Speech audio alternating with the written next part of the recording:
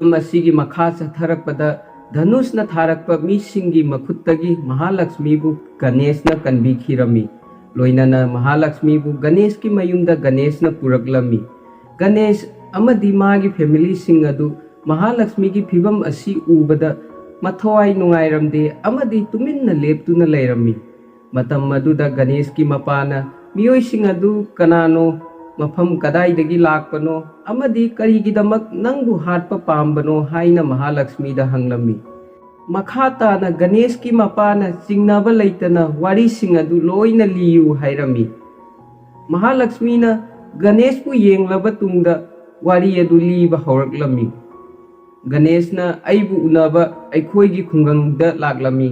मतम असिदा वारी असी फ्लैशबैक दा चटखिरमी गणेश अमदी मखुरा जीप थौदुना महालक्ष्मी की खुंगंग तमना लाकपा उली जीप थौना थौना गणेशना मखुरा दा हाइरमी अंकल एमएलए उरबा तुंगदा नुपी अदु उनाबा चटपगी करी आथ्र लैबनो अमदी मफम अदु यौरबा तुंगदा अइखोइबु ngakpiro hekta hairani masi tabada makhurana hairami karigumba nupi adu unadrabadi nangi napana aikhoi anibu soidana hatkragani matam maduda ahal ama gari yadabagi masa mathanta isau langduna leirami ahal asi mahalakshmi gi makhurani loinana ngasi mahalakshmi bu yengba nupa khara lakani haiba mahakna khanglami adubu gari yadabana maram oiraga मतम चाना yum यौबा ngamlaroi खनबदगी इसौ लांगदुना लैबनी तंजादुदा Ganesh अमदी मागी मखुराना jeep थौदुना Lakpa अदु अहल अदुना उरमी लोइनना लिफ लौनबगीदमक jeep अदु मफम अदुदा खामखिरमी अहल अदु मखोइगी गाड़ी तोंगदुना चटपा हौरमी मतम अदुदा अहल अदुना हाइरमी ngasi महालक्ष्मीबु उनाबा मी खरा लाकदबा लै करीगुंबा अइना मतम चाना यौद्रबदी प्रॉब्लम खरा थोगलकपा याय वारी असी तारबा तुंगदा गणेशना नुपा अदु हौजिक फावबा मफम अदुदा यौद्री हाइबदी नुपा अदु अइनी हाइना अहल अदुदा हाइखिरमी अहल अदुना गणेशबु यामना पामलमी अमदी लुहोंगबा असी अइगी साइडतगी ओके तारे हाइरमी मसी ताबदा गणेश की प्लान फेल ओइरनी हाइना खनबदगी अहल अदुदा मनाक नक्पा स्वाइदा डांस बार लैब्रा हाइना हंगलमी अहल अदुना लैगनी हाइरमी गणेशना डांस बार दा डांस तौबा अमदी नुपीगी जगोई येंगबा चसी हाइना अहल अदुदा हाइरमी अहल अदुसु गणेशना हाइबा वा अदु याबदगी मखोई डांस बार अदुदा चलमी अमदी मतांग असिदा फिल्म असिदा इसई अमा उल्ली गणेशना अहल असिगी ममांगदा महाक असी करेक्टर याउदबा मी अमनी हाइना उत्पा पामली मरमदी महाकना एमएलए हंसिताबु उनरबा तुंगदा नुपी अतोपा अमत्ता पामबा फाउखिदे गणेश की डांस अदु उरबा तुंगदा अहल अदु यामना हराउखिरमी अमदी हयेंग महालक्ष्मीगा लुहोंगलबा तुंगदा डांस बारदा चत्तुना सुमाइना डांस तौगदबनी हाइरमी मसी ताबदा गणेश अमदी मखुरा मखोई अनि यामना ngaklammi मरमदी गणेशना पामबदी महाक असी करेक्टर याउदबा मी अमा ओइना उहल्लबदी महालक्ष्मी का लुहोंगबा असी कैंसिल ओइगनी हाइना गणेशना थाजखिरमी अदुबु अहल असीगी मओंग मतौ असीदा मखोइना सिनखिबा प्लान अदु काइरमी फिल्म असीगी मखा तारकपदा गणेश अमदी मखुरा मखोइ अनि महालक्ष्मी की मयुम यौरकलमी लोइनना मपानदा फमदुना महालक्ष्मी थोगलकपा ngairami मतम अदुदा युम अदुगी खरा सीनियर ओइबा नुपी खरा लाक्तुना कॉफी थकनबा गणेश अमदी मखुरादा हाइरमी अदुबु गणेशना अइखोइगी चनबीदा कॉफी थकते यू ओइना थकई हाइरमलगा नुपी सिंग अदुगी ममांगदा यू बोतल अदु पेखाउदगी लौथोक्तुना थकपा हौरमी नुपी सिंग अदुना थकलिबा अदु करीनो हाइना गणेशता हंगलमी गणेशना विस्की नि हाइरमी मखाताना नुपी सिंग अदुना विस्की दी चानबा अमदी सोदागा लोइना दुना थकपना हेना हाउबनी लोइनाना अइखोइगी युमदा लोइना सुना लै हाइरमलगा इमुंग चंखिरमी मसी ताबदा गणेशना ngaktuna खुंगंगसिंग असिसु यामना चौखटलबा जातनी हाइरमी मखुराना हौजिक यू थकपगी आइडिया असिसु फेल ओइरे मखाताना करी तौगनी हाइरमी मतम मदुदा गणेशना खरा चाउबा थबक अमा तौदबा यारोय हाइरमी मतंग अदुदा थोंजिंदगी लैसाबी खरना गणेशबु यामना पामजना अमदी नुंसीना येंगलम्मी। मतम मदुदा नुपी अमा थोंगलक्तुना गणेशता हायरमी इतै पांजीना पुंग अमा लैरबा तुंगदा महालक्ष्मीगा उनबियु हायरी मरम अदुना पुंग अमा खक्तंग ngaibiyु हायना गणेशता रिक्वेस्ट तौरमी। गणेशना ngसाइदगी ngaइदुना लैबनी पुंग अमा अमुक चोंथरगा ngaयु हायरबसु ngaइगे हायरमी। गणेश की वा असि तारबा तुंगदा नुपी मचा अदु इमुंग चंखिरमी। तंजा अदुदा गणेशना मखुरादा हायरमी अंकल करीगुंबा अखोइना महालक्ष्मी असि हौजिक उनरबदी पांजीगी मतुंग इन्ना लुहोंगबा असि सोइदना काइगनी मरम अदुना लुहोंगबा असि काइनबगीदमक हौजिक मनुंग चंगलगा महालक्ष्मीबु उनरुसी हाइना मखुरादा हायरमी। मखोइ अनि इमुंग चंगलक्पा मतमदा मी मयाम अमा मथा सादुना मफम अदुदा लेप्तुना लैबा थेंगनखी। लोइनना मखोइ सिंगी मरक्ता महालक्ष्मी की मपा अमदी गारीदा लिप्पीखिबा अहल अदुसु यावरमी। गणेश अमदी मखुरा चंगलक्पा मतमदा नुपा अमना मपांदा लैदुना मिनिट अनि खक्ता ngaibiyu हायरमी। अदुबु गणेशना अखोइ मतम कुइना मपांदा फमदुना लैरबनी मरम मदुना जेपी अंकल कदाइदा लैबगे महाक उनबा पामी हायरमी। मतम अदुदा जेपी हाइबदी जयप्रकाश मखोइ अनीगी ममांगदा थोक्लम्मी। गणेशना हायरमी अईगी पाबुंगना नुपी उनरुसो हाइबदगी मफम असिदा लाक्सबनी अदुबु पांजीना मतम चाबा ओइद्री हाइदुना उनबै याददुना लैरे। मखाताना गणेशना हायरमी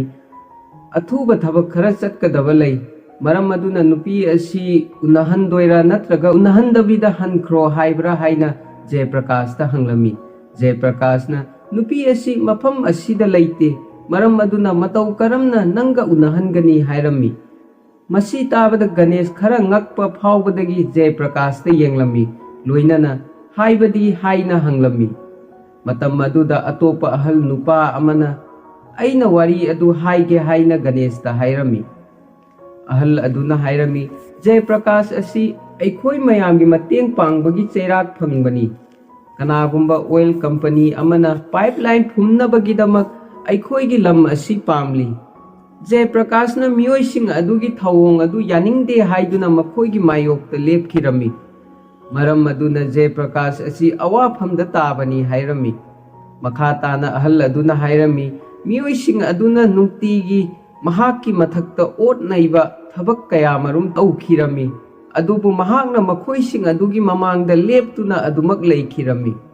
अहल अदुना गणेशता ओनसिंदुना अमदी मथ्वाइ यामना नुंगाइतना हायरमी अदोम लाकनी हाइबा मखोइना पाउ फंखिरमी। मरम अदुना जयप्रकाश की मचा नुपीबु किडनैप तौरबा तुंगदा ओबुल रेड्डीगी मनाक्ता थमजिनखिरमी अमदी वारीसिंग असि मतौ करमना अखोइना नंगोंदा हाइगदौरिबनो। मतम असिदा खंगौदना अहल अदु जयप्रकाशना मखाताना वा ngang खामखिरमी। लोइनना जयप्रकाशना गणेशता हायरमी इबुंगो लुहोंबगी वाफम असि मतांग असिदा लोइसिलसि करीगुंबा अरानबा खोंथांग अमा थांगबा मतमदा सोइरबदी अखोइ लोइना अवाफमदा ताबा याय मरमदी अखोइगी येकनबा असि अराइबा मी नत्ते। महाकना लोबु उसित्ते अमदी मी हाटपा असि महाकी ओइना गेम अमनी। मखाताना जयप्रकाशना गणेशता हायरमी नंगी पाबुंगदा नुपी अदु पामद्रे हाइना खुंबियु अमदी जयप्रकाशना मखुत लोनदुना अईगी इचा नुपीगी पुंसी असि अवाफमदा लई हाइना कनादसु हाइबीगनु हायरमी। वारीसिंग असि तारबा तुंगदा गणेशना जयप्रकाशता हायरमी अदोमना करीसु हाइद्रबसु यागनी अखोइगी साइडतगी अदोमदा करीगुंबा प्रॉब्लम अमत्ता थोकलोय। नाकल अमरोमदा धनुषना ओबुल रेड्डीदा फोन तौरक्तुना करी रिपोर्ट लैबगे हाइना हंगलमी। ओबुल रेड्डीना हायरमी अखोइना नुपी अदुबु फादुना पुरक्पा पुंग 3 मुक सुरे अदुबु मखोइगी साइडतगी करीसु हायरक्पा लैते। ओबुलगी वा असि तारबा तुंगदा धनुषना हायरमी थौरीदी मैना चागले अदुबु मपांगलदी हंद्री फरे नुपी अदु हातोख्रो मसीगी मतुंगदा मखोइ सोइदना ज्ञान तारकनी। धनुष की वा असि तारबा तुंगदा ओबुल रेड्डीना फोन अदु थमखिरमी। ओबुल रेड्डीना फादुना पुरकलिबा नुपी असि अतै कनासु नते महालक्ष्मीनी। मतम मदुदा गणेश मखुरा अमदी अहल ꯃꯈꯣꯏ ꯑꯍꯨꯝ ꯑꯣꯕꯨꯜ ꯔꯦꯗꯤꯒꯤ ꯃꯌꯨꯝꯗ ꯖꯤꯞ ꯊꯧꯗꯨꯅ ꯌꯧꯔꯛꯂꯝꯃꯤ꯫ ꯒꯅꯦꯁꯅ ꯃꯈꯨꯔꯥꯗ ꯍꯥꯏꯔꯝꯃꯤ, "ꯑꯪꯀꯜ, ꯑꯩꯁꯦ ꯌꯦꯡꯕꯗ ꯌꯨ ꯌꯥꯝꯅ ꯉꯥꯎꯕ ꯃꯥꯟꯕ꯭ꯔꯥ?" ꯃꯈꯨꯔꯥꯅ ꯄꯥꯎꯈꯨꯝ ꯄꯤꯔꯝꯃꯤ, "ꯃꯥꯟꯗꯦꯗ, ꯄꯦꯛ 7-9 ꯊꯛꯂꯒ ꯌꯨ ꯉꯥꯎꯒꯗꯕ ꯅꯠꯇꯦ." ꯃꯈꯣꯏ ꯑꯅꯤꯅ ꯋꯥꯔꯤ ꯁꯥꯟꯅꯔꯤꯉꯩ ꯃꯇꯝꯗ ꯑꯣꯕꯨꯜ ꯔꯦꯗꯤꯒꯤ ꯃꯤ ꯑꯃ ꯆꯪꯂꯛꯇꯨꯅ, "ꯅꯪ ꯀꯅꯥꯅꯣ ꯑꯃꯗꯤ ꯃꯐꯝ ꯑꯁꯤꯗ ꯀꯔꯤꯒꯤ ꯂꯥꯛꯄꯅꯣ?" ꯍꯥꯏꯅ ꯍꯪꯂꯝꯃꯤ꯫ ꯒꯅꯦꯁꯅ ꯍꯥꯏꯔꯝꯃꯤ, "ꯔꯦꯗꯤꯒꯤ ꯃꯌꯨꯝ ꯊꯤꯔꯛꯄꯅꯤ꯫ ꯃꯐꯝ ꯑꯁꯤꯗ ꯕꯨꯜꯕꯨꯜ ꯔꯦꯗꯤ ꯀꯧꯕ ꯃꯤ ꯑꯃ ꯂꯩꯕ꯭ꯔꯥ?" ꯃꯤ ꯑꯗꯨꯅ ꯒꯅꯦꯁꯇ ꯍꯥꯏꯔꯝꯃꯤ, "ꯕꯨꯜꯕꯨꯜ ꯔꯦꯗꯤ ꯀꯧꯕꯗꯤ ꯃꯐꯝ ꯑꯁꯤꯗ ꯂꯩꯇꯦ, ꯑꯃꯗꯤ ꯑꯣꯕꯨꯜ ꯔꯦꯗꯤ ꯀꯧꯕꯗꯤ ꯂꯩ, ꯂꯣꯏꯅꯅ ꯃꯍꯥꯛ ꯑꯁꯤ ꯑꯩꯒꯤ ꯕꯣꯁꯅꯤ." ꯒꯅꯦꯁꯅ ꯌꯥꯝꯅ ꯎꯁꯤꯠꯇꯅ ꯃꯤ ꯑꯗꯨꯗ ꯍꯥꯏꯔꯝꯃꯤ, "ꯑꯩ ꯁꯍꯔꯗꯒꯤ ꯈꯨꯡꯒꯪ ꯑꯁꯤꯗ ꯂꯨꯍꯣꯡꯅꯕꯒꯤꯗꯃꯛ ꯅꯨꯄꯤ ꯑꯃ ꯎꯅꯕ ꯂꯥꯛꯄꯅꯤ꯫ ꯑꯗꯨꯕꯨ ꯑꯩꯅ ꯇꯥꯕꯗ ꯅꯨꯄꯤ ꯑꯗꯨ ꯃꯐꯝ ꯑꯁꯤꯗ ꯂꯩ ꯍꯥꯏꯅ ꯇꯥꯏ꯫ ꯃꯔꯝ ꯑꯗꯨꯅ ꯅꯨꯄꯤ ꯑꯗꯨ ꯃꯐꯝ ꯑꯁꯤꯗ ꯎꯅꯕ ꯂꯥꯛꯄꯅꯤ, ꯂꯣꯏꯅꯅ ꯅꯨꯄꯤ ꯑꯗꯨ ꯎꯅꯔꯕ ꯇꯨꯡꯗ ꯌꯨꯝ ꯍꯟꯒꯗꯕ ꯂꯩ." ꯒꯅꯦꯁꯀꯤ ꯋꯥꯍꯩꯁꯤꯡ ꯑꯁꯤ ꯇꯥꯕꯗ ꯃꯤ ꯑꯗꯨ ꯉꯛꯂꯝꯃꯤ, ꯑꯃꯗꯤ ꯃꯤ ꯑꯗꯨꯅ ꯃꯐꯝ ꯑꯁꯤꯗ ꯌꯥꯝꯅ ꯑꯐꯥꯎ ꯁꯥꯒꯅꯨ, ꯈꯔ ꯊꯨꯅ ꯃꯐꯝ ꯑꯁꯤꯗꯒꯤ ꯆꯠꯅꯕ ꯇꯧ ꯍꯥꯏꯔꯝꯃꯤ꯫ ꯒꯅꯦꯁꯅ ꯍꯥꯏꯔꯝꯃꯤ, "ꯑꯗꯣꯝꯅ ꯑꯩꯒꯤ ꯄ꯭ꯔꯣꯕ꯭ꯂꯦꯝ ꯑꯁꯤ ꯚꯥꯞ ꯇꯥꯗ꯭ꯔꯦ꯫ ꯀꯔꯤꯒꯨꯝꯕ ꯅꯨꯄꯤ ꯑꯗꯨ ꯌꯦꯡꯂꯕꯗꯤ ꯑꯗꯣꯝꯅ ꯑꯩꯕꯨ ꯐꯨꯒꯅꯤ, ꯑꯗꯨꯒ ꯀꯔꯤꯒꯨꯝꯕ ꯅꯨꯄꯤ ꯑꯗꯨ ꯌꯦꯡꯗ꯭ꯔꯕꯗꯤ ꯄꯥꯕꯨꯡꯅ ꯑꯩꯉꯣꯟꯗ ꯀꯥꯔꯟ ꯁꯣꯏꯗꯅ ꯇꯥꯒꯅꯤ." ꯃꯤ ꯑꯗꯨꯅ, "ꯅꯪꯒꯤ ꯅꯄꯥꯅ ꯀꯔꯤ ꯇꯧꯕ ꯉꯝꯗꯣꯏꯅꯣ?" ꯍꯥꯏꯅ ꯍꯪꯂꯛꯈꯤ꯫ ꯃꯇꯝ ꯑꯗꯨꯗ ꯒꯅꯦꯁꯅ ꯈꯨꯕꯥꯛꯅ ꯊꯥꯗꯨꯅ, "ꯁꯨꯃꯥꯏꯅ ꯑꯩꯉꯣꯟꯗ ꯇꯧꯒꯅꯤ" ꯍꯥꯏꯔꯝꯃꯤ꯫ ꯃꯤ ꯑꯗꯨ ꯂꯩꯃꯥꯏ ꯊꯛꯇ ꯇꯥꯗꯨꯅ ꯍꯧꯒꯠꯄ ꯐꯥꯎꯕ ꯉꯝꯂꯝꯗꯦ꯫ ꯃꯇꯝ ꯑꯁꯤꯗ ꯒꯅꯦꯁ ꯑꯃꯗꯤ ꯃꯈꯨꯔꯥ ꯑꯗꯨꯒ ꯂꯥꯛꯃꯤꯟꯅꯕ ꯑꯍꯜ ꯑꯗꯨ ꯉꯛꯂꯝꯃꯤ꯫ ꯂꯣꯏꯅꯅ ꯇꯟꯖꯥ ꯑꯗꯨꯗ ꯊꯣꯛꯂꯤꯕ ꯊꯧꯗꯣꯛ ꯑꯁꯤ ꯎꯔꯕ ꯇꯨꯡꯗ ꯅꯨꯄꯥ ꯑꯃꯅ ꯀꯟꯅ ꯂꯥꯎꯔꯛꯂꯝꯃꯤ, "ꯒꯅꯦꯁꯅ ꯄꯥꯕꯨꯡ ꯄꯟꯕꯗ ꯀꯔꯤꯒꯤ ꯁꯥꯎꯔꯤꯕꯅꯣ?" ꯍꯥꯏꯔꯝꯂꯒ ꯅꯨꯄꯥ ꯑꯗꯨ ꯌꯥꯝꯅ ꯊꯤꯅ ꯐꯨꯈꯤꯔꯝꯃꯤ꯫ ꯃꯇꯝ ꯑꯗꯨꯗ ꯃꯈꯨꯔꯥ ꯑꯗꯨꯅ ꯑꯍꯜ ꯑꯗꯨꯗ, "ꯒꯅꯦꯁ ꯑꯁꯤ ꯃꯄꯥꯒꯤ ꯃꯃꯤꯡ ꯄꯟꯕꯗ ꯌꯥꯝꯅ ꯀꯤꯕꯅꯤ, ꯑꯗꯨꯅ ꯀꯥꯟꯅꯗꯦ, ꯑꯩꯈꯣꯏ ꯑꯅꯤ ꯐꯝꯂꯒ ꯁꯣ ꯌꯦꯡꯁꯤ" ꯍꯥꯏꯔꯝꯃꯤ꯫ ꯑꯃꯔꯣꯝꯗ ꯒꯅꯦꯁꯅ ꯑꯣꯕꯨꯜ ꯔꯦꯗꯤꯒꯤ ꯃꯤꯁꯤꯡ ꯑꯗꯨ ꯑꯃꯃꯝ ꯑꯣꯏꯅ ꯌꯥꯝꯅ ꯊꯤꯅ ꯐꯨꯕ ꯍꯧꯔꯝꯃꯤ꯫ ꯇꯟꯖꯥ ꯑꯗꯨꯗ ꯑꯣꯕꯨꯜꯅ ꯃꯄꯥꯟꯗ ꯃꯤ ꯈꯠꯅꯕꯒꯤ ꯃꯈꯣꯜ ꯇꯥꯕꯅ ꯃꯔꯝ ꯑꯣꯏꯔꯒ ꯒꯅꯦꯁꯇ ꯅꯣꯡꯃꯩꯅ ꯀꯥꯞꯈꯤꯔꯝꯃꯤ꯫ ꯑꯗꯨꯕꯨ ꯒꯅꯦꯁꯅ ꯊꯩꯗꯣꯛꯄꯗꯒꯤ ꯅꯣꯡꯃꯩ ꯑꯗꯨ ꯃꯉꯣꯟꯗ ꯄꯥꯟꯈꯤꯔꯝꯗꯦ꯫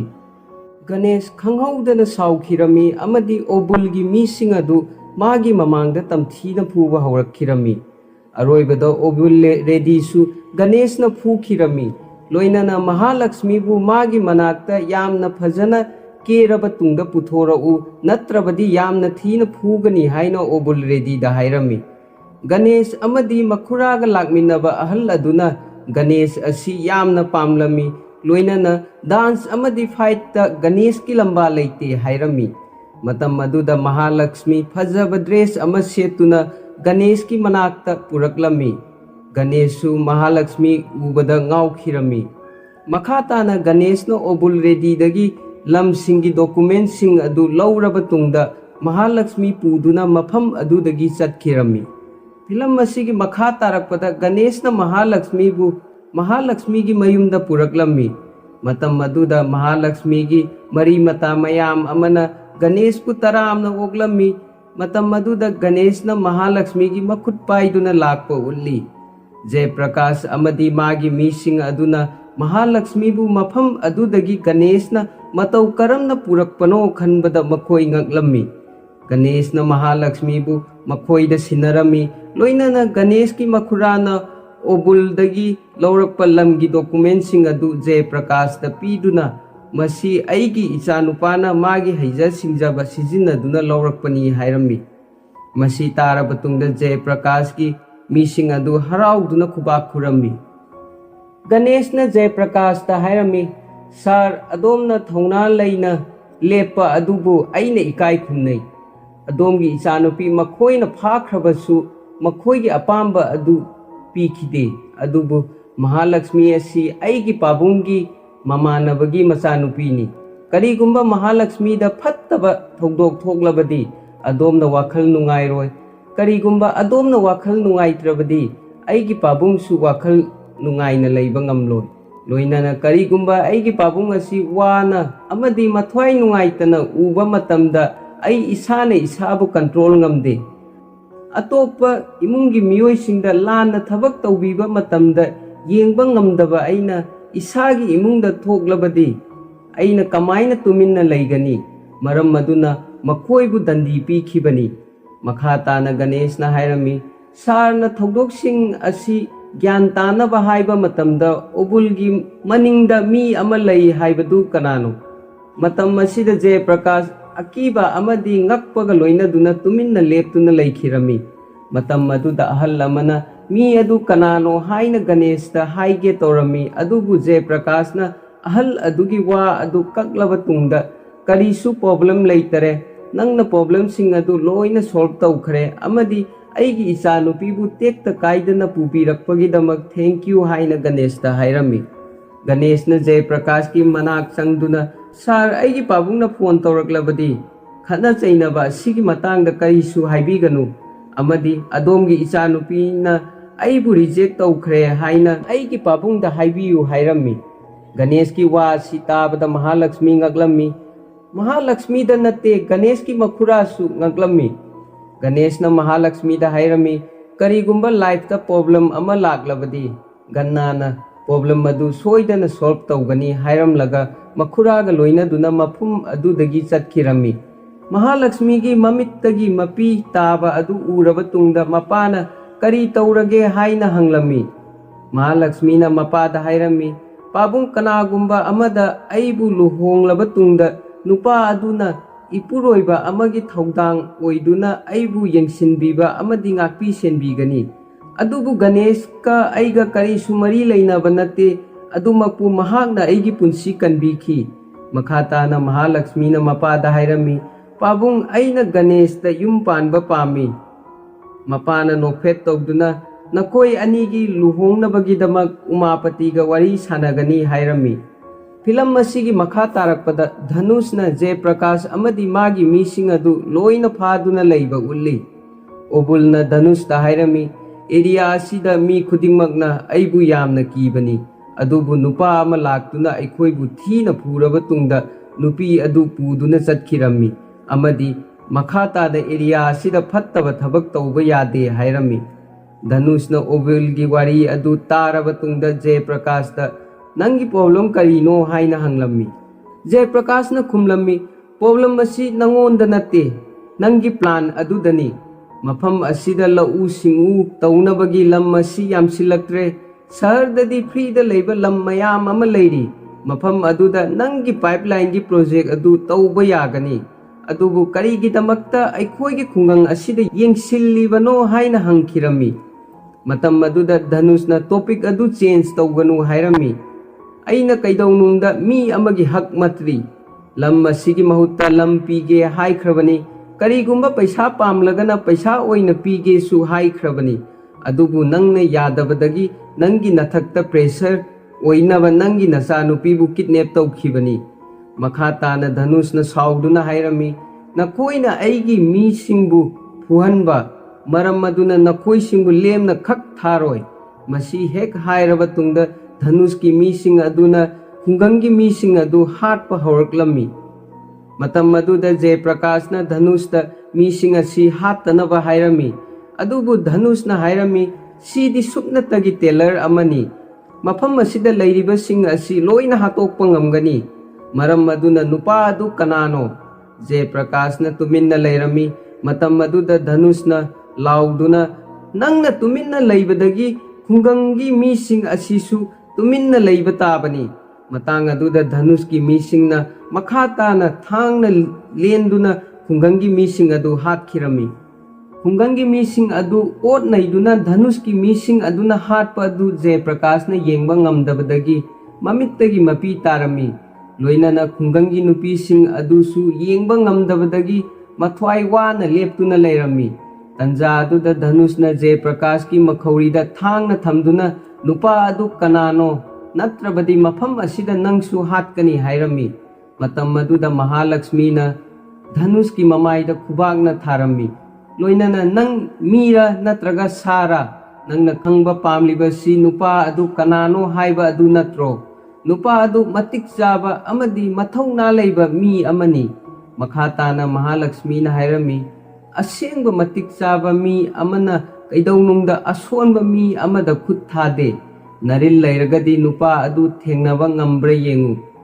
ꯅꯪꯗꯤ ꯒꯨꯟꯗꯥ ꯌꯥꯡꯈꯩꯒꯤ ꯃꯇꯦꯡ ꯂꯧꯗꯨꯅ ꯊꯕꯛ ꯇꯧꯔꯤ, ꯑꯗꯨꯕꯨ ꯃꯍꯥꯛꯇꯤ ꯒꯨꯟꯗꯥ ꯌꯥꯡꯈꯩ ꯑꯗꯨ ꯃꯊꯟꯇꯅ ꯊꯦꯡꯅꯕ ꯉꯝꯒꯅꯤ꯫ ꯃꯁꯤ ꯇꯥꯕꯗ ꯙꯅꯨꯁꯅ ꯃꯍꯥꯂꯛꯁꯃꯤꯒꯤ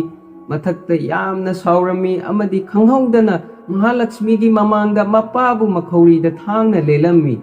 ꯃꯁꯤ ꯎꯕꯗ ꯃꯍꯥꯂꯛꯁꯃꯤ ꯉꯛꯈꯤꯔꯝꯃꯤ꯫ ꯃꯇꯝ ꯑꯗꯨꯗ ꯙꯅꯨꯁꯅ ꯃꯍꯥꯂꯛꯁꯃꯤꯕꯨ ꯊꯥꯡꯅ ꯊꯤꯟꯒꯦ ꯇꯧꯔꯝꯃꯤ, ꯑꯗꯨꯕꯨ ꯃꯄꯥꯅ ꯃꯆꯥꯅꯨꯄꯤꯒꯤ ꯃꯃꯥꯡꯗ ꯂꯦꯞꯈꯤꯔꯝꯃꯤ, ꯂꯣꯏꯅꯅ ꯊꯥꯡ ꯑꯗꯨ ꯃꯄꯥꯗ ꯊꯤꯟꯈꯤꯔꯝꯃꯤ꯫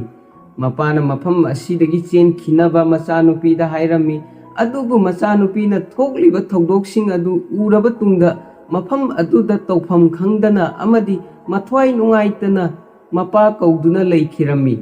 ꯃꯇꯝ ꯑꯗꯨꯗ ꯙꯅꯨꯁꯅ ꯃꯤꯁꯛ ꯑꯗꯨ ꯀꯅꯥꯅꯣ ꯍꯪꯗꯨꯅ ꯖꯌꯄ꯭ꯔꯀꯥꯁꯀꯤ ꯃꯤꯁꯤꯡ ꯑꯗꯨ ꯍꯥꯠꯄ ꯍꯧꯔꯛꯂꯝꯃꯤ꯫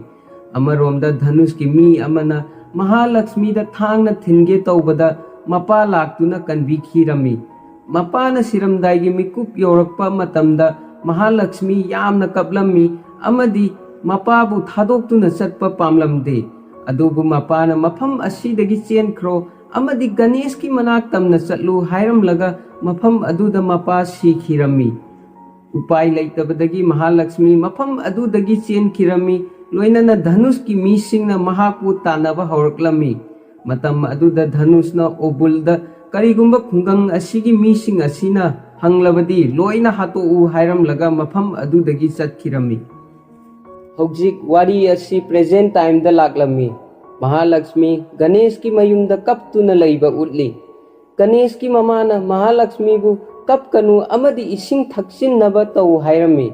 ꯃꯇꯝ ꯑꯗꯨꯗ ꯃꯍꯥꯂꯛꯁꯃꯤꯅ ꯑꯩ ꯆꯥꯛ ꯑꯣꯏꯅ ꯂꯥꯝꯃꯤ, ꯂꯣꯏꯅꯅ ꯅꯨꯃꯤꯠ 4ꯅꯤꯗꯒꯤ ꯑꯩꯍꯥꯛ ꯀꯔꯤꯁꯨ ꯆꯥꯔꯛꯇ꯭ꯔꯤ ꯍꯥꯏꯔꯝꯃꯤ꯫ ꯃꯁꯤ ꯇꯥꯕꯗ ꯒꯅꯦꯁꯀꯤ ꯃꯃꯥ ꯑꯃꯗꯤ ꯃꯗꯣꯝꯆꯥ ꯑꯗꯨ ꯃꯍꯥꯛꯀꯤꯗꯃꯛ ꯈꯜꯂꯒ ꯊꯋꯥꯏ ꯌꯥꯝꯅ ꯅꯨꯡꯉꯥꯏꯔꯝꯗꯦ꯫ ꯑꯃꯔꯣꯝꯗ ꯒꯅꯦꯁꯄꯨ ꯃꯍꯥꯂꯛꯁꯃꯤꯒꯤ ꯐꯤꯚꯝ ꯑꯁꯤ ꯎꯕꯗ ꯃꯃꯤꯠꯇꯒꯤ ꯃꯄꯤ ꯇꯥꯔꯝꯃꯤ꯫ ꯃꯈꯥ ꯇꯥꯅ ꯃꯍꯥꯂꯛꯁꯃꯤꯅ ꯍꯥꯏꯔꯝꯃꯤ, ꯑꯩꯅ ꯒꯅꯦꯁ ꯎꯅꯗꯕꯤꯗ ꯁꯤꯔꯗ꯭ꯔꯥ ꯍꯥꯏꯅ ꯈꯟꯈꯤꯕ ꯌꯥꯎꯏ꯫ ꯃꯍꯥꯂꯛꯁꯃꯤꯒꯤ ꯐꯤꯚꯝ ꯑꯁꯤ ꯎꯔꯕ ꯇꯨꯡꯗ ꯍꯟꯁꯤꯇꯥꯁꯨ ꯃꯃꯤꯠꯇꯒꯤ ꯃꯄꯤ ꯇꯥꯔꯝꯃꯤ꯫ ꯒꯅꯦꯁꯀꯤ ꯃꯃꯥ ꯑꯃꯗꯤ ꯃꯗꯣꯝꯆꯥꯅ ꯀꯔꯤꯒꯨꯝꯕ ꯈꯔ ꯁꯦꯠꯅꯕ ꯑꯃꯗꯤ ꯆꯥꯛ ꯆꯥꯅꯕꯒꯤꯗꯃꯛ ꯏꯃꯨꯡ ꯃꯅꯨꯡꯗ ꯄꯨꯁꯤꯟꯈꯤꯔꯝꯃꯤ꯫ ꯐꯤꯂꯝ ꯑꯁꯤꯒꯤ ꯃꯈꯥ ꯇꯥꯔꯛꯄꯗ ꯒꯅꯦꯁꯅ ꯃꯄꯥꯗ ꯍꯥꯏꯔꯝꯃꯤ, ꯄꯥꯕꯨꯡ, ꯑꯩꯒꯤ ꯋꯥꯈꯜꯗ ꯄ꯭ꯔꯣꯕ꯭ꯂꯦꯝ ꯑꯗꯨ ꯁꯣꯜꯕ ꯇꯧꯔꯦ ꯍꯥꯏꯅ ꯈꯟꯈꯤꯔꯝꯃꯤ, ꯑꯗꯨꯕꯨ ꯑꯩꯅ ꯃꯄꯨꯡ ꯐꯥꯅ ꯈꯪꯍꯧꯗꯕꯗꯒꯤ ꯄ꯭ꯔꯣꯕ꯭ꯂꯦꯝ ꯑꯗꯨ ꯑꯃꯨꯛꯀ ꯍꯦꯟꯅ ꯆꯥꯎꯍꯜꯂꯦ꯫ ꯌꯥꯝꯅ ꯄꯦꯟꯗꯅ ꯃꯈꯥ ꯇꯥꯅ ꯒꯅꯦꯁꯅ ꯍꯥꯏꯔꯝꯃꯤ, ꯑꯩꯅꯁꯨ ꯃꯈꯣꯏꯁꯤꯡ ꯑꯁꯤꯒꯤ ꯃꯅꯤꯡꯗ ꯀꯅꯥ ꯂꯩꯕꯒꯦ ꯍꯥꯏꯅ ꯍꯪꯈꯤ, ꯑꯗꯨꯕꯨ ꯀꯔꯤꯁꯨ ꯍꯥꯏꯈꯤꯗꯦ꯫ ꯍꯧꯖꯤꯛ ꯑꯆꯨꯝꯕ ꯇꯧꯅꯕ ꯍꯣꯠꯅꯕꯗ ꯑꯔꯥꯟꯕ ꯑꯣꯏꯈ꯭ꯔꯦ, ꯑꯗꯨꯅ ꯑꯔꯥꯟꯕ ꯑꯣꯏꯅ ꯇꯧꯔꯒ ꯑꯆꯨꯝꯕ ꯑꯣꯏꯍꯟꯒꯅꯤ꯫ ꯃꯇꯝ ꯑꯗꯨꯗ ꯃꯄꯥꯅ ꯒꯅꯦꯁꯇ ꯍꯥꯏꯔꯝꯃꯤ, ꯃꯁꯤ ꯑꯣꯏꯊꯣꯛꯇꯕꯅꯤ꯫ ꯅꯨꯄꯤ ꯑꯁꯤꯒꯤ ꯐꯤꯚꯝ ꯑꯁꯤ ꯅꯪ ꯎꯔꯕ ꯅꯠꯇ꯭ꯔꯥ? ꯑꯩꯅ ꯅꯨꯄꯤ ꯑꯁꯤꯅ ꯋꯥꯔꯝꯒꯗꯕ ꯑꯁꯤ ꯈꯪꯏ꯫ ꯊꯧꯗꯣꯛ ꯑꯁꯤꯗ ꯑꯩꯒꯤ ꯃꯔꯨꯞ ꯑꯃꯁꯨ ꯁꯤꯈ꯭ꯔꯦ, ꯑꯗꯨꯕꯨ ꯂꯣꯅ, ꯁꯤꯁꯇꯦꯝꯅ ꯑꯃꯗꯤ ꯀꯅꯥꯃꯠꯇꯅ ꯙꯅꯨꯁꯄꯨ ꯑꯦꯔꯦꯁ ꯇꯧꯕ ꯉꯝꯂꯣꯏ꯫ ꯃꯄꯥꯒꯤ ꯋꯥ ꯑꯁꯤ ꯇꯥꯕꯗ ꯒꯅꯦꯁꯅ ꯉꯛꯄꯒ ꯂꯣꯏꯅꯅ ꯁꯥꯎꯔꯝꯃꯤ꯫ ꯃꯈꯥ ताना मपाना हायरमी करीगुंबा सेलिब्रिटी अमना लोक थुंगबा मतमदा मीडिया मयामना ब्रेकिंग न्यूज ओहल्ली अदुबु पॉलिटिशियन अमना खुंगंग अमबु मई थादोकपा मतमदा मीडिया सिंग असिसु तुमिन्ना लैगनी अदुबु हाइरिबा तौरिबा सिस्टम असि नंगना सेमदोकदबनी करीगुंबा नंगना कंट्रोल तहौद्रबदी लेबाग असि पुमांग मांगलगनी IAS IPS मनाक चटपना करीसु कानाबा फंगलोय मखोइना नंगी वाफम असि उसिनरोय मखोइसिंग असि पावर अमदि सिस्टम की मतेंगना लान थबक तवी मरम मदुना करीगुंबा फत्तबा थबक अमा तौबा मतमदा यामना कीदना अमदि चिंगनादना तवी नंग अमदि अइना मसिगी मथक्ता करीसु तौबा ngamloy लोइनाना नुपी असिबु अमदि सहर असि मखोइगी मखुत्तगी कमाइना कनगनी हाइबगी पाउखुम कनादसु लेरोय मपागी वहाई असि ताबदा गणेश करीसु हाइदन तुमिन्ना लेप्तुना लेरम्मी मतम मदुदा हंसिताना गणेश की मनाक तमना चंगलक्तुना मंदिर मनुंगदा नंगी रिएक्शन उबा मतमदा अइना नंगबु लानना खनखी हाइरम्मी अदुबु नुपी असिगी वा असि तारबा तुंगदा नंगना तौरिबा थबक असि अचुंबनी हाइना अइना थाजै करीगुंबा नंगना नुपी असिगी मतेंग ngasi पांगलमद्रबदी मियोइबा समाज असिगी माइथीबनी हाइना अइना खनगनी मखा ताना हंसिताना हाइरमी आई नंगी दमक मतिक चादे अदुबु महालक्ष्मी असि नंगी ओइबदा मतिक चाबा नुपी अमनी मरम अदुना कैदौनुंगदा महालक्ष्मीबु थादोकनु अमदी मागी मपागी निंगबा अदु थुंगहल्लु लोइनाना करीगुंबा लाइफता अइना मतेंग पांगबा ngamgadaba लाक्लबदी नंगी दमक अइना मतम पुंबदा लेप्तुना लैगनी मसी हाइरबा तुंगदा हंसिता मफम अदुदगी चटखिरमी नाकल अमरोमदा धनुष यामना साउना मफम अमदा फमदुना लैबा उल्ली महागना मागी मी अमदा नुपी अदु फंगनबा थीदबा यादे हाइरमी अमरोमदा महालक्ष्मी असि हॉस्पिटल दा मागी असोकपा अदु येंगदुना लैबा उल्ली मतम अदुदा मखुरा लाक्तुना गणेश दा कॉफी थकनबा हाइरमी अदुबु गणेशना कॉफी थकनिंगबा फाउदे हाइना मखुरा दा खुमलम्मी मतम अदुदा लैरिबा मीसिंग असि महालक्ष्मी की खनबदा यामना वाना लैबा उरम्मी मतांग अदुदा गणेश की मतैमा अमना महालक्ष्मी की मनाक चंगदुना अमदी फागी तौदुना वारी सानरमी गणेश की मतैमगी वासिंग अदु तारबा तुंगदा महालक्ष्मी हराउदुना नोकलमी तैमना गणेश ताहारमी हौजिक महालक्ष्मी असि नोकलबनिना नंगी वाखलदा नुंगाइतबा अदु फरबा नत्रो अमदी मपान थोक्तुना कॉफी अदु थक्सिल्लु हाइरमी मखा तारकपदा गणेश अमदी मखुरा हॉस्पिटल की का अदुदगी मपान थोखिरमी मतम अदुदा महालक्ष्मी सु नोकफेट तौदुना मपान थोखिबा गणेश पु येंगदुना लेहौखिरमी ngaihak leiraba tungda गणेश ना महालक्ष्मी की का अदुदा चंगलकपा मतमदा धनुष की मी मफम अदुदा लेरमी मी अदुना गणेश उबदा नोंगमैना कापके तौरमी अदुबु गणेश ना नोंगमै अदु मुल्लबा तुंगदा नोंगमै मरु सिंग अदु मी अदुदा पिजरमी लोइनाना मी अदु मफम अदुदा यामना थीना फुखिरमी अमदी धनुष लाकदबा मफम अदुदा पुदुना चटकदबनी हाइरमी हौजिक धनुष मागी मी सिंगा लोइनादुना अमदी गाड़ी तोंगदुना लाकपा मतमदा मागी ममांगदा महालक्ष्मी बु फारगा गाड़ी मनुंगदा लैबा अदु उल्लम्मी धनुषना मागी मी अमदा साइन तौदुना मफम अमदा पुरकनबा हाइरमी धनुष की गेस्ट हाउस यौरकलबा तुंगदा महालक्ष्मी की मकोकता नोंगमैना नमदुना नुपा अदु कदाइदा लैबगे हाइना यामना साउना हंगलम्मी अमदी अथुबा मतमदा मफम असिदा कौगदबनी हाइरमी मतम अदुदा गणेश असि कॉफी थक्तुना धनुष की मयुम अदुदा लैरमी धनुषना मागी मीदा मसीगी मी सिरा हाइना हंगलमी धनुष की मी अदुना मसीगी मी सिनी हाइरमी मतम अदुदा खंगहौदना धनुषना पाइरिबा नोंगमै अदुना गणेश पु कापके तौरमी अदुबु नोंगमै अदु मरु अमत्ता यावरमदे नोंगमै मरु अदु यावदबगी मरमदी हॉस्पिटल मनुंगदा नोंगमै मरु अदु मी अदुदा पिजखरबनी गणेशना धनुष असि करिसु लैतबा मी अमनी खंदुना धनुष की ममांगदा लेप्तुना लैरमी मतंग अदुदा महालक्ष्मीना गणेश की मनाक चंगदुना अमदी गणेश की तुंगदा लेखिरमी धनुषना नंग आइगी यeknaba ओइबा पामलिब्रा हाइना हंगलमी गणेशना नंगा आइगगी यeknaba असि ngasi ngarangdagi natte महिमा केस की मतुंगदा अइना वीरेंद्र की मखोंग कक्की डीजीपी की रिटायरमेंट पार्टी दा नंगी मी अमा अइना हातोखिरमी अमदी नंगना योक्तुना थंबा ओबुल रेड्डीबु अइना ज्ञान तानबा फुखिबनी गणेश की वासिंग असि ताबदा धनुष यामना साउरमी मखा ताना गणेशना हाइरमी नंगी मी गैदी अइना लोइना फुखरे हौजिंग नंग खक्ता ngaire अइगी खुदना फुगदबा गणेश की वासिंग असि तारबा तुंगदा धनुष यामना साउरमी अमदी कन्ना लाउदुना कनामतना अइबु सोकपा ngamloi लोइनाना अइ इसामक यामना साथीबा ब्रांड अमनी अइ विक्रम धनुषनी हाइरमी धनुषना ब्रांड पलकपा असिदा गणेशना यामना साउखिरमी लोइनाना का मनुंग अदुदा लैबा USA चाइना अमदी जापान दा साबा पोचै लोइना थुगाइरमी अमदी मखोइसिंग असि ब्रांड ngaktani हौजिक मचेत ताना काइरे हाइरमी धनुषना गणेश की मोंग मतौ असिदा यामना साउरमी मखा ताना गणेशना हाइरमी कनागुंबा अमबु मायुक नगे हाइरबदी ब्रांड मरु ओइदे मरु ओइबसी थौनानी हाइरिबा थौना असि अइंगोंदा यावी अमदि नंग येंगबा पाम्ब्रा हाइरमलगा धनुष की ममांगदा मागी मी अमा तमथीना फुरम्मी गणेश की मथौना असि उरबा तुंगदा महालक्ष्मी की माइथोंगदा नुंगाइबा अमदि अपेनबा उरी मखा तारकपदा गणेशना धनुष की मीसिंग अदु मफम अदुदा लोइना अमदि यामना तमथीना फुखिरम्मी अरोइबदा धनुष petrol हैजनखिरम्मी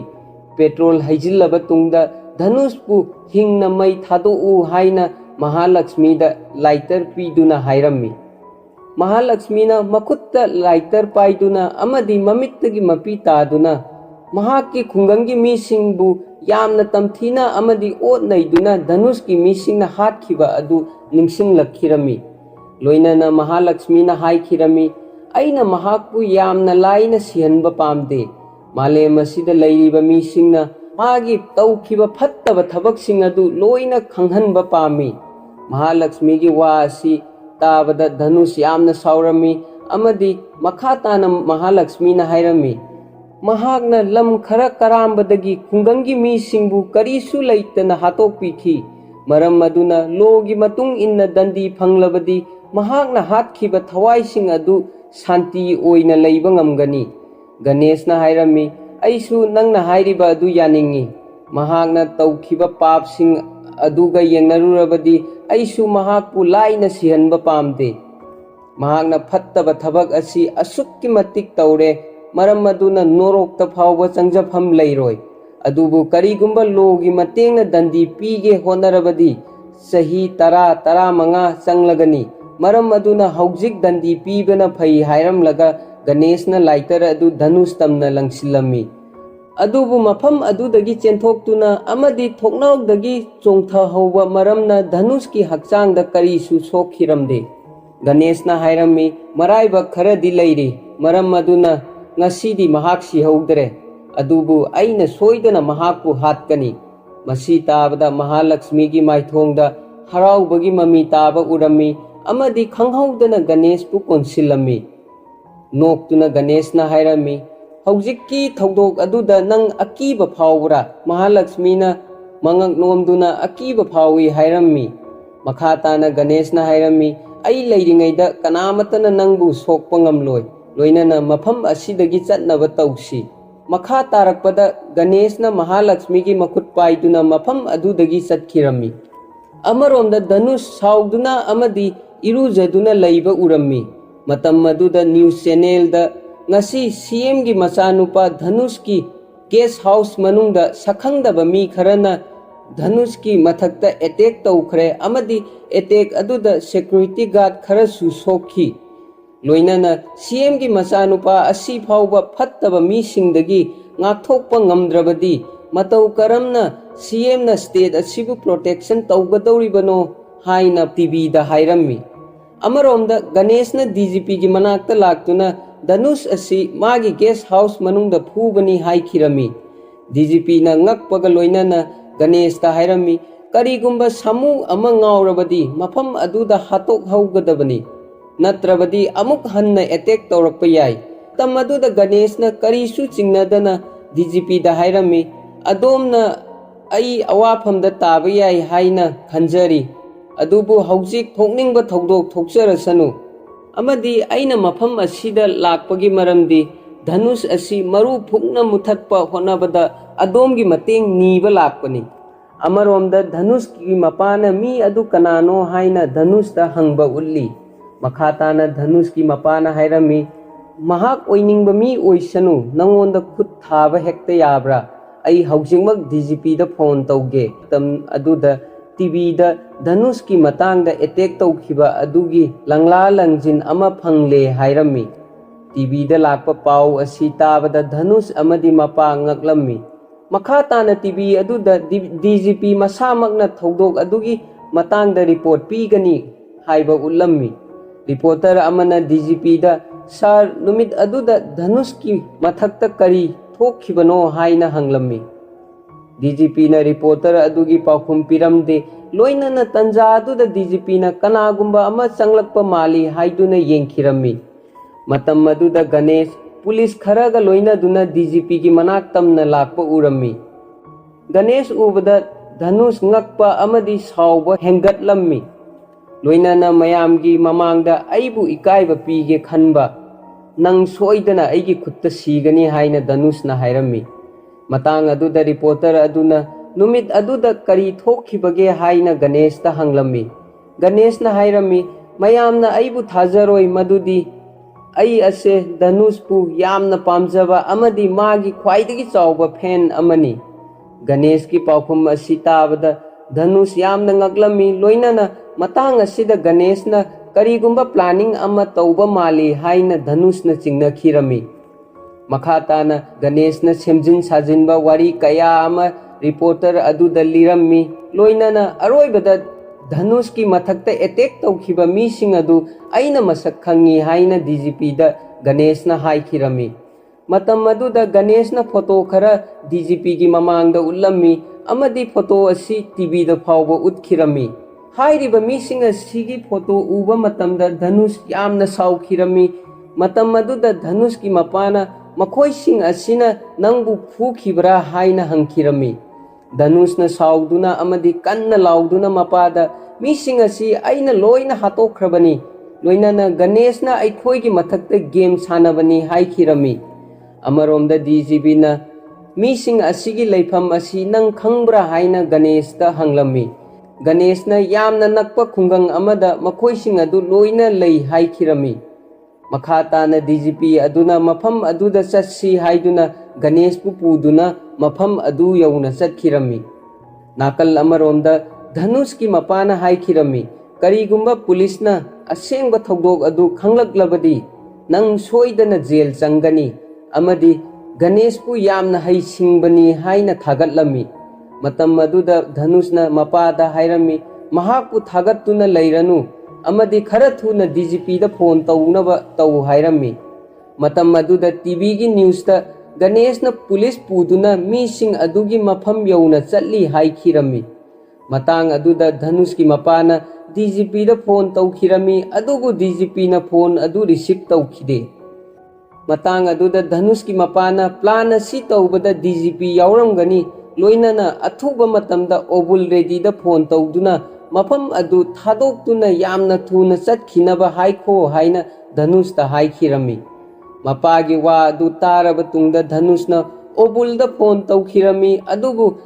amaromda obulna Dhanush ki phone adu receive taukhide loinana obul gi manakta nupi angang mayam ama phajinduna thamba utli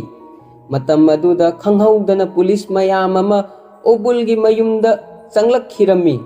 obulna police sing adu usittaba amadi karisu leitabani khanduna police sing aduga khut thoknari loinana obulna kanamatabu lemna thaganu amadi mafam asida lakpa mising adu loina hato u haina magi mising da haikhirami mafam aduda thokpa thodok-sing adu reporter amana live telecast tauba maramna thodok-sing adu TV da Dhanushna loina urami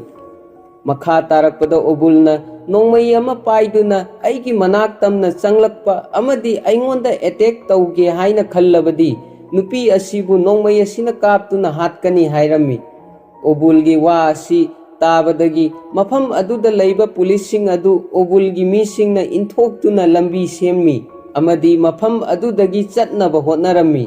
tanja aduda Ganeshna obulgi mi ama phuraba tungda obulgi mamangda langsilami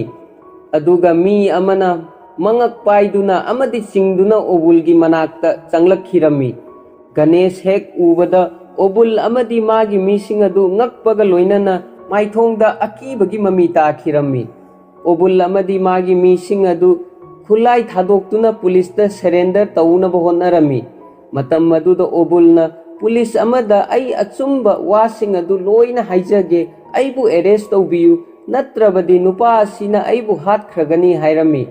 khangawdana obulna reporter nupi amadagi microphone lauraba tungda achumba wari sing adu liba hawrakhirami obulna hairami Dhanushna khungang asida leiba miyoi kunmathoi hatkhirami adubu aidi Dhanushna haiba wa adu khakta taujabani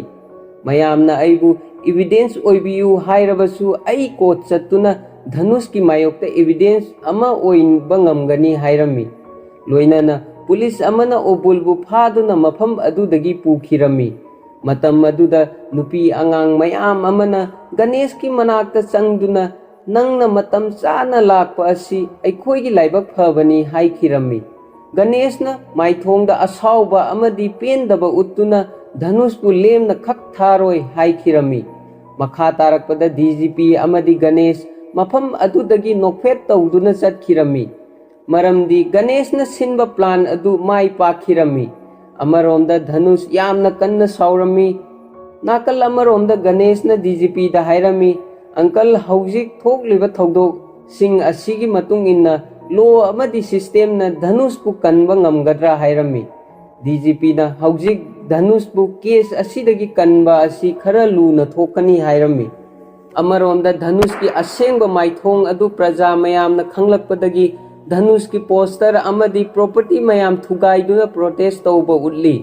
धनुष की इफिजी मई थादुना अमदी अथुबा मतमदा धनुषपु arrest तौगदबनी हाइबा खोलाव कया मरुम लाउरमी। नाकल अमरोमदा धनुष अमदी मागी मपा थौदोक असिगी मतांगदा मथा सादुना लैबा उल्ली। मतम मदुदा मखोइगी मी अमा चंगलक्तुना CM दा party की chief की phone लाकले हाइदुना phone पीखिरमी। Party की चीफ ना सीएम दा नंगी मरमदगी पार्टी असी चोपा नंगले मरम अदुना अथुबा मतमदा रिजाइन तौनबा होनौ नत्रबदी डिसमिस तौगनी हाइरमी। मसी ताबदा धनुष अमदी मागी मपा यामना साउखिरमी। अमरोमदा डीजीपी की ऑफिस ता गणेश की मपा अमदी मखुरा फमदुना लैबा उल्ली।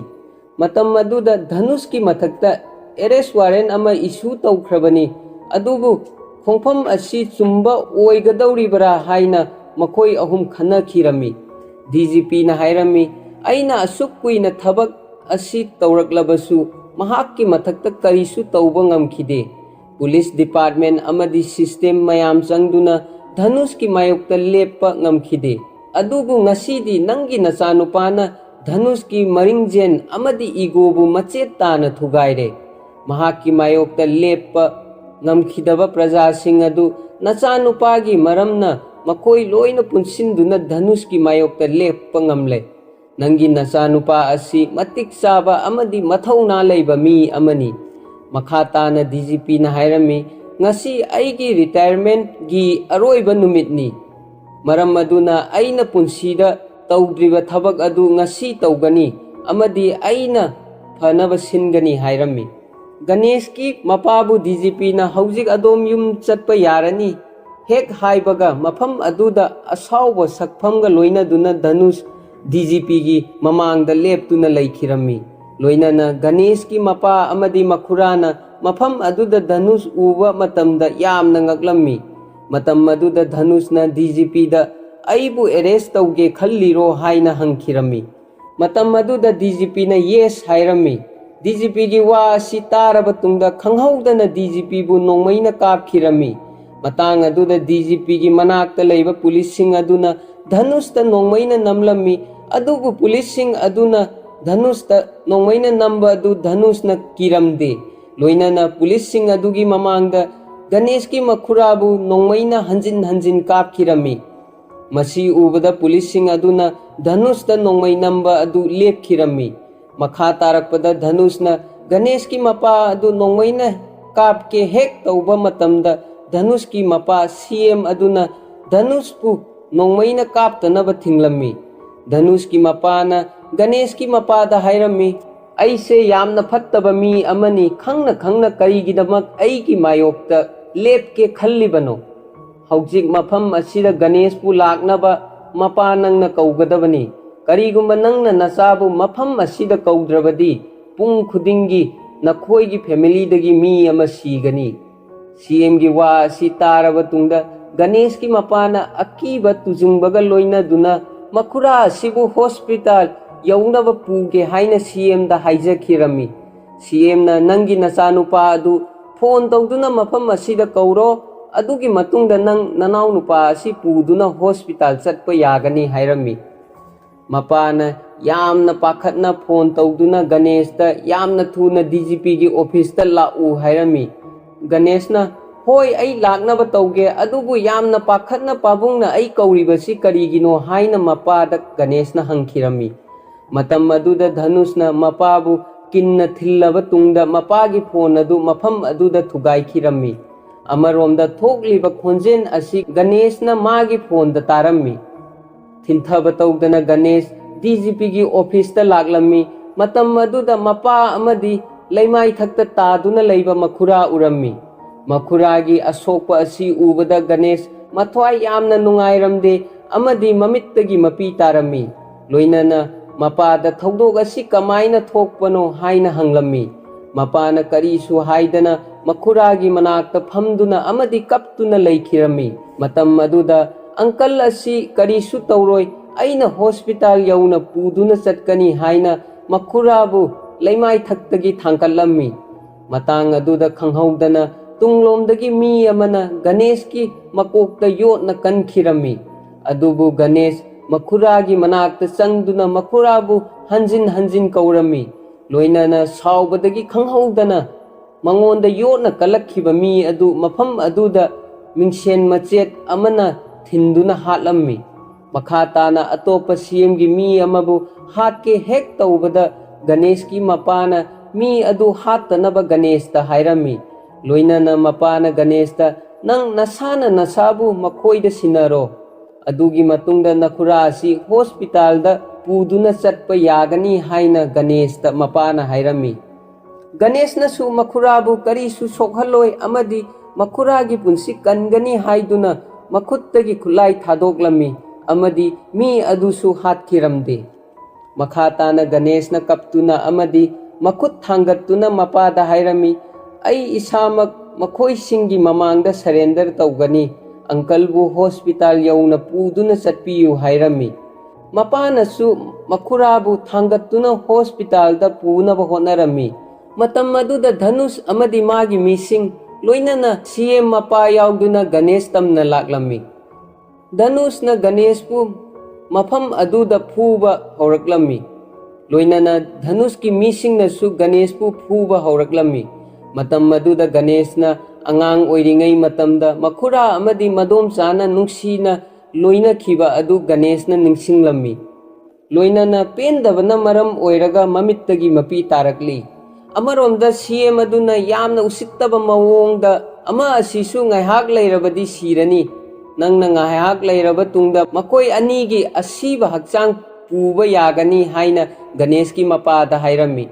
ꯒꯅꯦꯁꯀꯤ ꯃꯄꯥꯅ CMꯗ ꯍꯥꯏꯖꯗꯨꯅ ꯃꯐꯝ ꯑꯁꯤꯗꯒꯤ ꯏꯅꯥꯎꯅꯨꯄꯥ ꯑꯁꯤ ꯍꯣꯁꯄꯤꯇꯥꯜ ꯄꯨꯅꯕꯒꯤꯗꯃꯛ ꯃꯐꯝ ꯑꯁꯤꯗꯒꯤ ꯄꯨꯗꯨꯅ ꯆꯠꯀꯦ ꯍꯥꯏꯔꯝꯃꯤ꯫ ꯑꯗꯨꯕꯨ CM ꯑꯗꯨꯅ ꯀꯔꯤꯁꯨ ꯊꯧꯁꯥꯔꯝꯗꯦ ꯑꯃꯗꯤ ꯑꯩꯒꯤ ꯏꯆꯥꯅꯨꯄꯥꯅ ꯃꯤꯅꯤꯠ ꯑꯃꯒꯤ ꯃꯅꯨꯡꯗ ꯅꯪꯒꯤ ꯅꯆꯥꯅꯨꯄꯥꯕꯨ ꯍꯥꯠꯂꯕ ꯇꯨꯡꯗ ꯄꯨꯗꯨꯅ ꯆꯠꯈꯤꯕ ꯌꯥꯒꯅꯤ ꯍꯥꯏꯔꯝꯃꯤ꯫ ꯒꯅꯦꯁꯀꯤ ꯃꯄꯥꯅ CMꯗ ꯍꯥꯏꯔꯝꯃꯤ, ꯑꯩꯒꯤ ꯏꯆꯥꯅꯨꯄꯥꯅ ꯃꯈꯨꯔꯥ ꯑꯁꯤ ꯌꯥꯝꯅ ꯅꯨꯡꯁꯤꯖꯩ, ꯀꯔꯤꯒꯨꯝꯕ ꯃꯈꯨꯔꯥ ꯑꯁꯤ ꯐꯠꯇ ꯅꯨꯡꯗ ꯊꯣꯛꯂꯕꯗꯤ ꯀꯔꯤ ꯇꯧꯔꯛꯀꯅꯤ ꯍꯥꯏꯕ ꯀꯅꯥꯅꯁꯨ ꯈꯪꯕ ꯉꯝꯂꯣꯏ꯫ ꯃꯇꯝ ꯑꯗꯨꯗ CMꯅ ꯅꯆꯥꯅꯨꯄꯥꯅ ꯀꯔꯤ ꯇꯧꯕ ꯉꯝꯒꯅꯤ ꯍꯥꯏꯅ ꯍꯪꯂꯝꯃꯤ꯫ ꯃꯇꯥꯡ ꯑꯗꯨꯗ ꯒꯅꯦꯁꯀꯤ ꯃꯄꯥꯅ ꯀꯔꯤꯒꯨꯝꯕ ꯑꯩꯅ ꯅꯪꯒꯤ ꯅꯈꯨꯔꯥ ꯑꯁꯤ ꯁꯤꯔꯦ ꯍꯥꯏꯅ ꯏꯆꯥꯅꯨꯄꯥꯗ ꯍꯥꯏꯈ꯭ꯔꯕꯗꯤ ꯅꯪꯕꯨ ꯑꯩꯗꯤ ꯂꯥꯏꯔꯗꯅ ꯏꯁꯣꯔ ꯂꯥꯛꯇꯨꯅ ꯏꯆꯥꯅꯨꯄꯥꯒꯤ ꯃꯐꯝꯗꯒꯤ ꯀꯅꯥꯅꯁꯨ ꯀꯟꯕ ꯉꯝꯂꯣꯏ꯫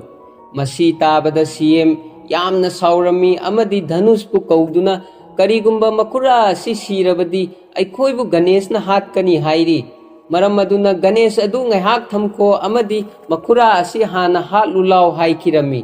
ꯂꯣꯏꯅꯅ ꯙꯅꯨꯁꯅ ꯃꯈꯨꯔꯥꯕꯨ ꯍꯥꯠꯀꯦ ꯍꯥꯏꯗꯨꯅ ꯃꯈꯨꯔꯥ ꯇꯝꯅ ꯆꯪꯂꯛꯈꯤꯔꯝꯃꯤ꯫ ꯃꯇꯝ ꯑꯗꯨꯗ ꯒꯅꯦꯁꯀꯤ ꯃꯄꯥꯅ CMꯗ ꯅꯪꯅ ꯅꯔꯤꯜ ꯂꯩꯔꯒꯗꯤ ꯃꯐꯝ ꯑꯁꯤꯗ ꯏꯅꯥꯎꯄꯥꯕꯨ ꯍꯥꯠꯄ ꯉꯝꯕ꯭ꯔꯥ ꯌꯦꯡꯉꯨ꯫ ꯃꯈꯥ ꯇꯥꯔꯛꯄꯗ ꯃꯄꯥꯅ ꯒꯅꯦꯁ ꯀꯧꯗꯨꯅ ꯐꯠꯇ꯭ꯔꯕ ꯃꯤꯁꯤꯡ ꯑꯁꯤꯅ ꯅꯪꯒꯤ ꯅꯈꯨꯔꯥꯕు ꯍꯥꯠꯅꯕ ꯍꯣꯠꯅꯔꯤ, ꯑꯩꯅ ꯅꯪꯕꯨ ꯆꯥꯎꯅꯕ ꯌꯣꯛꯂꯛꯄ ꯑꯁꯤ ꯉꯁꯤꯒꯤ ꯅꯨꯃꯤꯠ ꯑꯁꯤ ꯌꯦꯡꯅꯕ꯭ꯔꯥ ꯍꯥꯏꯅ ꯍꯪꯈꯤꯔꯝꯃꯤ꯫ ꯃꯈꯨꯔꯥꯕు ꯍꯥꯠꯂꯅꯤ ꯍꯥꯏꯕ ꯋꯥ ꯑꯁꯤ ꯇꯥꯕꯗ ꯒꯅꯦꯁꯀꯤ ꯁꯥꯎꯕꯒꯤ ꯉꯝꯈꯩ ꯂꯩꯔꯝꯗꯦ꯫ ꯂꯣꯏꯅꯅ ꯈꯪꯍꯧꯗꯅ ꯙꯅꯨꯁꯀꯤ ꯃꯤꯁꯤꯡꯅ ꯄꯥꯏꯕ ꯅꯣꯡꯃꯩ ꯑꯗꯨ ꯃꯨꯜꯂꯕ ꯇꯨꯡꯗ ꯙꯅꯨꯁꯀꯤ ꯃꯤꯁꯤꯡ ꯑꯗꯨ ꯅꯣꯡꯃꯩꯅ ꯀꯥꯞꯂꯒ ꯍꯥꯠꯄ ꯍꯧꯔꯛꯈꯤꯔꯝꯃꯤ꯫ ꯒꯅꯦꯁꯅ ꯃꯈꯨꯔꯥ ꯇꯝꯅ ꯂꯥꯛꯄ ꯃꯇꯝꯗ ꯒꯅꯦꯁꯄꯨ ꯃꯈꯨꯔꯥ ꯃꯅꯥꯛ ꯌꯧꯗꯅꯕ ꯙꯅꯨꯁꯀꯤ ꯃꯤꯁꯤꯡꯅ ꯊꯤꯡꯅꯕ ꯍꯣꯠꯅꯩ, ꯑꯗꯨꯕꯨ ꯒꯅꯦꯁꯅ ꯃꯤꯁꯤꯡ ꯑꯗꯨ ꯇꯝꯊꯤꯅ ꯍꯥꯠꯈꯤꯔꯝꯃꯤ꯫ ꯃꯁꯤ ꯎꯕꯗ ꯙꯅꯨꯁꯅ ꯒꯅꯦꯁ ꯇꯝꯅ ꯆꯦꯟꯁꯤꯜꯂꯛꯂꯝꯃꯤ amadi mana paiba thang aduna Ganesh pu thinge honarami adubu Ganesh ta thinba ngamhaude Ganesh na manak aduwaida leiba mingsen machet amana CM gi mi ama mafam aduda hatkirami loinana CM gi makhauri da thang na lenkirami Dhanush na mapa adu soktuna leimai thakta leiba adu uraga mathwai yamna nungairamde matam aduda Ganesh na Dhanush ta hairami nangna naril leiragadi aibu halaba tungda napa asi hospital yauna puba yagani masi taraba tungda Dhanush yamna saukhirami loinana Ganesh amadi Dhanush phunaba haurakirami Ganesh na Dhanush ku yamna thina phukirami matam aduda Dhanush na jip tongduna chakri da phamduna leiba makura adu jip aduna taklaga hatke khankhirami matang aduda mapana Ganesh pu kauduna nakura gi thawai asi kallu hairami mapa gi wa asi taraba tungda Ganesh na jip ama tongduna Dhanush ki jip tamna thaujilakhirami loinana mafam aduda Dhanush pu mangakaktuna hatkirami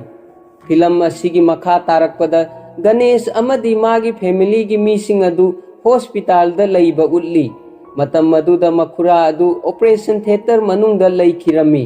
makoi sing adugi maithongda awabagi sakpham uba phangli loinana madom chadi mafam aduda kaptuna leikhirami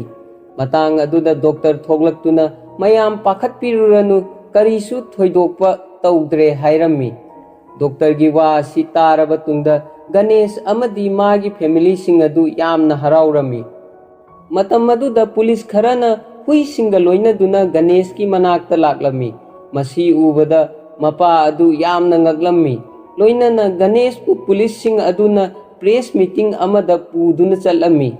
nakal amaromda DGP su hospital da leirami loina na DGP na magi mida haujikmak media asi mafam asi da kaurau maramdi aina wari aruba khara haigadaba lei hairami nakal amaromda reporter mayamna Ganesh da thokhiba thodok haibadi CM amadi Dhanush sikhibagi matangda kari khangbage haina hanglami matam aduda Ganesh na maik paiduna reporter singda CM asi aigi mamang maktada sikhi haikhirami masi tabada mapa amadi reporter sing adu loina ngakhirami makha tana Ganesh na CM amadi Dhanush sibagi matangda semjin sajinba wari ama lirami madudi DGP gi retirement numit aduda DGP bu unana bagi damak CM amadi magi masanupa lakhirami Dhanush na tawkhiba phattaba thabak sing adugi damak DGP gi mamangda surrender tawge hairami adubu khanghaudana terrorist kharana mafam aduda attack tawrakhirami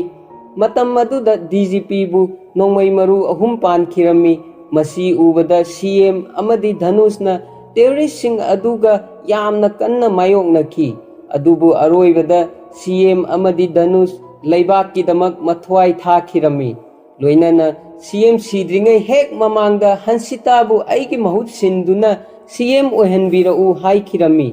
masi tabada Hansita ngaglami makha tana Ganesh na reporter sing aduda aikhoi ki CM asi yamna phaba amadi leibak ki damak thawai thakhiba CM amani hairami amaromda Ganesh na hairiba wasing adu chap manana reporter amada DGP na loina tamlami